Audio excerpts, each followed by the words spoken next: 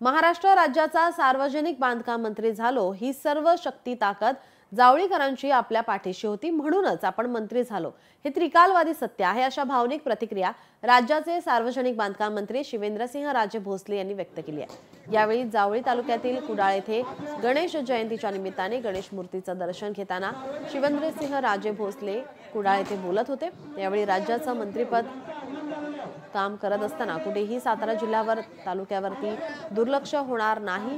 हा आपल्या मतदारसंघाचा तालुका आहे, त्यामुळे कायमस्वरूपी या तालुक्याचे हित आणि पालकत्व आपण जबाबदारी या ठिकाणी पार पडणार आहोत, असं शिवेंद्रसिंहराजे यांनी म्हटलंय।